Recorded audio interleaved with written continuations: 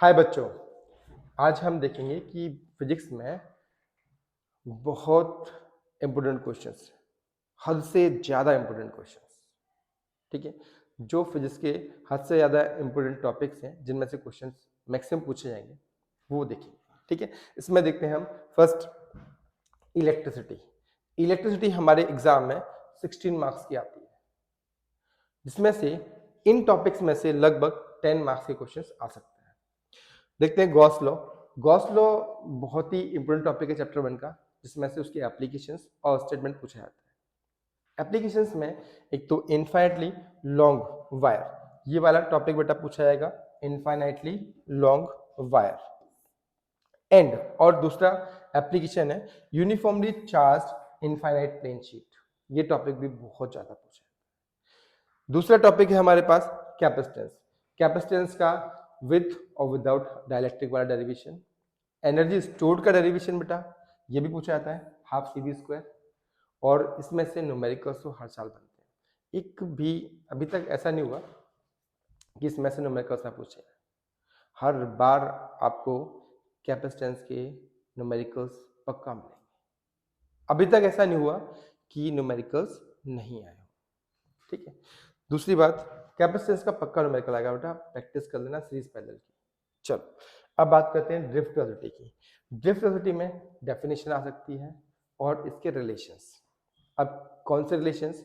एक करंट के साथ I इक्वल्स टू NEAVD, और दूसरा है इसका रिलैक्सेशन टाइम का रिलेशन ड्रिफ्ट वेलोसिटी के साथ, ठीक है। ये रिलेशन बेटा बहुत इंपॉर्टेंट है, एज वेल एज ये दोनों ही इंपॉर्टेंट टॉपिक्स है, ठीक है। इसके बाद बात करते हैं हम किरचॉफ्स लॉ के न्यूमेरिकल्स की। एक जैसे कि कैपेसिटेंस की बात की थी हमने, किरचॉफ्स लॉ का न्यूमेरिकल्स पक्का आता है। अगर आपने अभी तक किरचॉफ्स लॉ के न्यूमेरिकल्स की प्रैक्टिस नहीं की है तो बेटा अब मत करना, अब ये लास्ट 2 डेज में हमें कुछ भी नहीं करना है नया, ठीक है। इसलिए किरचॉफ्स लॉ का हम डेरिवेशन न्यूमेरिकल्स की प्रैक्टिस नहीं करेंगे, लेकिन उसका एक डेरिवेशन है, ठीक है, व्हीटस्टोन ब्रिज के लिए। तो बेटा वो व्हीटस्टोन ब्रिज के लिए हम उसका डेरिवेशन प्रैक्टिस करेंगे बाय यूजिंग किरचॉफ्स लॉ। आगे देखते हैं हम लोग, ठीक है, कि मैग्नेटिक इफेक्ट और EMI AC से कौन कौन से टॉपिक्स आते हैं। 17 मार्क्स का बेटा ये CBSE बोर्ड में आता है, लेकिन इसमें से लगभग 10 to 12 मार्क्स के क्वेश्चंस फंस सकते हैं। अब देखते हैं moving coil galvanometer. Moving coil galvanometer का बेटा वर्किंग, प्रिंसिपल, कंस्ट्रक्शन, ठीक है, ये सभी टॉपिक्स पूछे जाते हैं। इसके बाद मूविंग कॉइल गैल्वेनोमीटर में और क्या पूछ सकते हैं? कन्वर्जन बेटा, अमीटर और वोल्ट मीटर में कन्वर्जन, ठीक है। हम अगर लो रेजिस्टेंस वायर लगा रहे हैं तो वो गैल्वेनोमीटर जो है हमारा अमीटर में कन्वर्ट हो जाएगा, और अगर हमने हाई रेजिस्टेंस वायर लगा दिया तो वो सीरीज में लगाएंगे, ठीक है, उससे ये वोल्ट मीटर में कन्वर्ट हो जाएगा। नेक्स्ट है हमारे पास एम्पियर सर्किटल लॉ और उसके एप्लीकेशंस। इसका स्टेटमेंट पूछते हैं बेटा, ठीक है, B dot DL equals to mu not I। और बेटा इसमें से जो एप्लीकेशंस जो पूछते हैं उसमें सोलेनॉइड और टॉरॉइड का मैग्नेटिक फील्ड फाइंड करने के लिए। नेक्स्ट है हमारे पास self and mutual induction. Mutual induction ज्यादा पूछते हैं, सेल्फ इंडक्शन कम पूछते हैं। म्यूचुअल इंडक्शन में उसकी डेफिनेशन, उसका डेरिवेशन, ठीक है, म्यूचुअल इंडक्शन में उसका डेफिनेशन, उसका डेरिवेशन, ये पूछा जाता है बेटा, ठीक है। तो म्यूचुअल इंडक्शन हो गया यहाँ पे, ठीक है, एक तो कोएफिशिएंट की डेफिनेशन पूछेंगे और म्यूचुअल इंडक्शन पूछेंगे बेटा टू लॉन्ग कोएक्सियल सॉलिनॉइड्स का डेरिवेशन। उसके बाद है AC जनरेटर। AC जनरेटर में बेटा उसका वर्किंग, प्रिंसिपल, ठीक है, डेरिवेशन, ये सब चीजें पूछते हैं। नेक्स्ट बेटा ऑप्टिक्स। ऑप्टिक्स बहुत इंपॉर्टेंट टॉपिक्स आते हैं। लेंस मेकर फॉर्मूला, ऑप्टिक्स में लेंस मेकर फॉर्मूला बहुत इंपॉर्टेंट है। ऑप्टिक्स वैसे अगर देखा जाए तो बोर्ड में 18 मार्क्स की आती है, लेकिन ये जो टॉपिक्स हैं लगभग 12 मार्क्स के आ सकते हैं। लेंस मेकर फॉर्मूला हर बेटा हर 2-3 साल में रिपीट होता ही है, और बाई चांस रिपीट नहीं हुआ तो न्यूमेरिकल आ जाएगा, ठीक है। तो लेंस मेकर फॉर्मूला में बहुत अच्छे से करना है। उसके बाद हम देखते हैं प्रिज्म फॉर्मूला।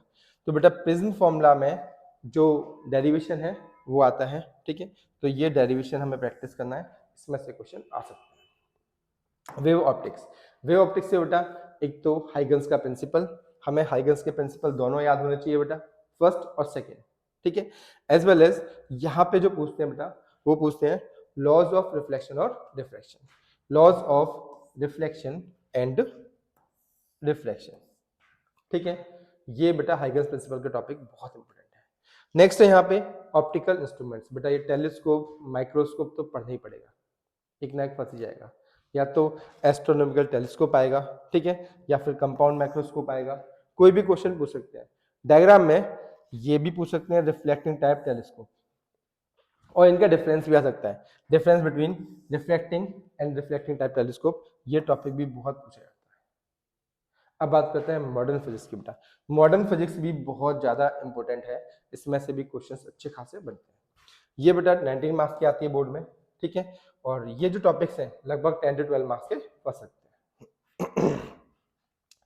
पहला टॉपिक है फोटो इलेक्ट्रिक इफेक्ट, ठीक है, इसमें से आइंस्टाइन की इक्वेशन बनती है बेटा, ठीक है, S new omega naught plus के मैक्सिमम, ठीक है, ये वाला फॉर्मूला भी बहुत इंपॉर्टेंट है। उसके साथ साथ यहाँ पे ग्राफ्स पूछे जाते हैं।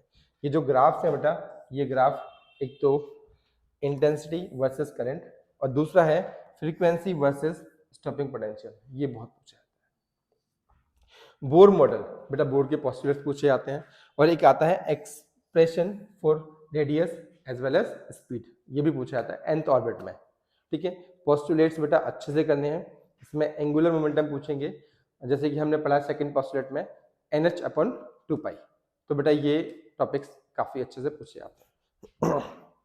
उसके बाद बाइंडिंग एनर्जी कर्व, ये टॉपिक बहुत इंपॉर्टेंट है, यहाँ पे फिजन फ्यूजन और स्टेबिलिटी ऑफ न्यूक्लियस की क्यों होती है और कहाँ पे होती है, कितनी एनर्जी रिलीज होगी अगर हम फिजन कर रहे हैं या फ्यूजन कर रहे हैं, अगर हम हाइड्रोजन को हाइड्रोजन से मिलाएंगे फिर क्या होगा, ठीक है।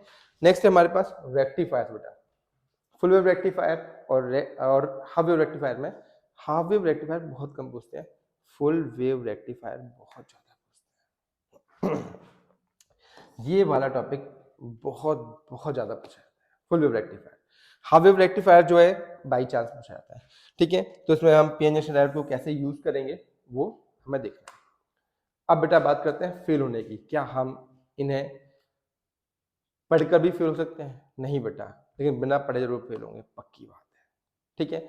अगर हमने इन टॉपिक्स को अच्छे से कर लिया तो इन्हीं में से ही क्वेश्चंस आएंगे, इनको अच्छे से रिवाइज कर दो बेटा, आपने पढ़ा पूरा साल भर है, इनको बस रिवाइज अच्छे से कर दो, क्योंकि इतने कम टाइम में हम मैक्सिमम सिलेबस को रिवाइज नहीं कर सकते, हमें ये ही सिलेबस रिवाइज करना पड़ेगा।